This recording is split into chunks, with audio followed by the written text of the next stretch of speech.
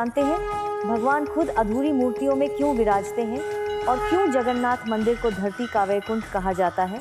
इस रहस्य के पीछे छुपी है एक ऐसी कहानी जो भक्ति, प्रेम और भगवान के वचन से जुड़ी है और आज हम उसी कहानी को शुरुआत से समझेंगे। उड़ीसा के पुरी में स्थित जगन्नाथ मंदिर हिंदुओं के 4 धामों में से एक है। यह मंदिर भगवान श्री कृष्ण को समर्पित है, जहां वे जगन्नाथ यानी जग के नाथ के रूप में अपने भाई बलराम और बहन सुभद्रा के साथ विराजते हैं। लेकिन सवाल ये है कि भगवान इस अनोखे रूप में यहाँ कैसे पहुँचे। कहा जाता है कि भगवान विष्णु 4 धामों की यात्रा करते हैं। बद्रीनाथ में स्नान, द्वारका में वस्त्र धारण, पुरी में भोजन और रामेश्वरम में विश्राम। यानी पुरी सिर्फ एक मंदिर नहीं बल्कि भगवान का भोजन स्थल माना जाता है। अब यहीं से शुरू होती है असली कहानी। पुराणों के अनुसार भगवान पहले नीलमाधव रूप में नीलांचल पर्वत की एक गुफा में विराजते थे। उनकी पूजा करते थे एक आदिवासी भक्त विश्ववसु, जिसकी भक्ति इतनी सच्ची थी कि भगवान सिर्फ उन्हें ही दर्शन देते थे। लेकिन यह रहस्य ज़्यादा दिन छुप नहीं पाया। उसी समय मालवा के राजा इंद्रद्युम्न को एक दिव्य सपना आया। भगवान ने कहा, मैं नीलमाधव के रूप में छिपा हूँ, मुझे खोजो और मेरा भव्य मंदिर बनवाओ। राजा ने तुरंत इस रहस्य को सुलझाने के लिए अपने सबसे बुद्धिमान ब्राह्मण को भेजा। ये ब्राह्मण थे विद्यापति। उन्होंने पता लगाया कि नीलमाधव की पूजा विश्ववसु करते हैं, लेकिन गुफा का रास्ता गुप्त था, इसलिए उन्होंने विश्ववसु की बेटी से विवाह किया और चालाकी से उस गुफा तक पहुंच गए। लेकिन इसके बाद जो हुआ उसने पूरी कहानी बदल दी। जब ये बात राजा तक पहुंची और नीलमाधव को लाने की कोशिश हुई तो विश्ववसु दुखी हो गए। अपने भक्त का दुख देखकर भगवान भी व्याकुल हो गए और अचानक अदृश्य हो गए।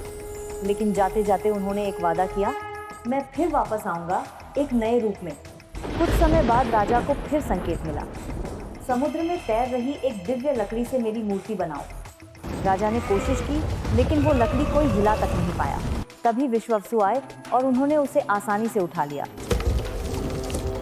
यही साबित हुआ भगवान तक पहुंचने का रास्ता सिर्फ भक्ति है।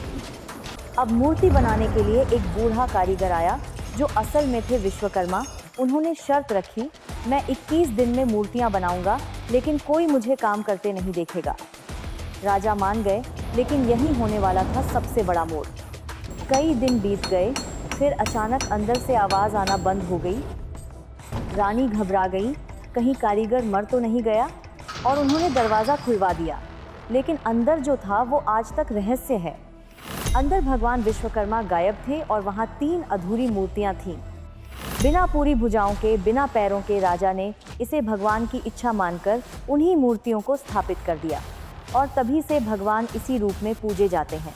यही है उस रहस्य का जवाब जिससे हमने शुरुआत की थी। आज का भव्य मंदिर कई बार टूटने और पुनर्निर्माण के बाद बना। 1174 ईस्वी में इसका पुनर्निर्माण किया गया। यहाँ आज भी सैकड़ों साल पुरानी परंपराएं निभाई जाती हैं। हर 12-19 साल में मूर्तियाँ बदली जाती हैं। क्या ये सिर्फ संयोग है या दिव्यता? यहाँ कई चमत्कार भी प्रसिद्ध हैं। महाप्रसाद कभी खत्म नहीं होता। 7 बर्तनों में खाना पकता है और ऊपर वाला खाना सबसे पहले पकता है। क्या ये सिर्फ संयोग है या सच में भगवान की लीला? जगन्नाथ की रथ यात्रा दुनिया की सबसे बड़ी धार्मिक यात्राओं में से एक है। हर साल होने वाली रथ यात्रा में भगवान खुद अपने भक्तों के बीच आते हैं। 3 विशाल रथों में भगवान नगर भ्रमण करते हैं और लाखों करोड़ों भक्त दर्शन करते हैं। जगन्नाथ मंदिर सिर्फ एक मंदिर नहीं, यह आस्था, रहस्य और भक्ति का अद्भुत संगम है, जहां भगवान खुद अधूरे होकर भी भक्तों को पूर्णता का संदेश देते हैं।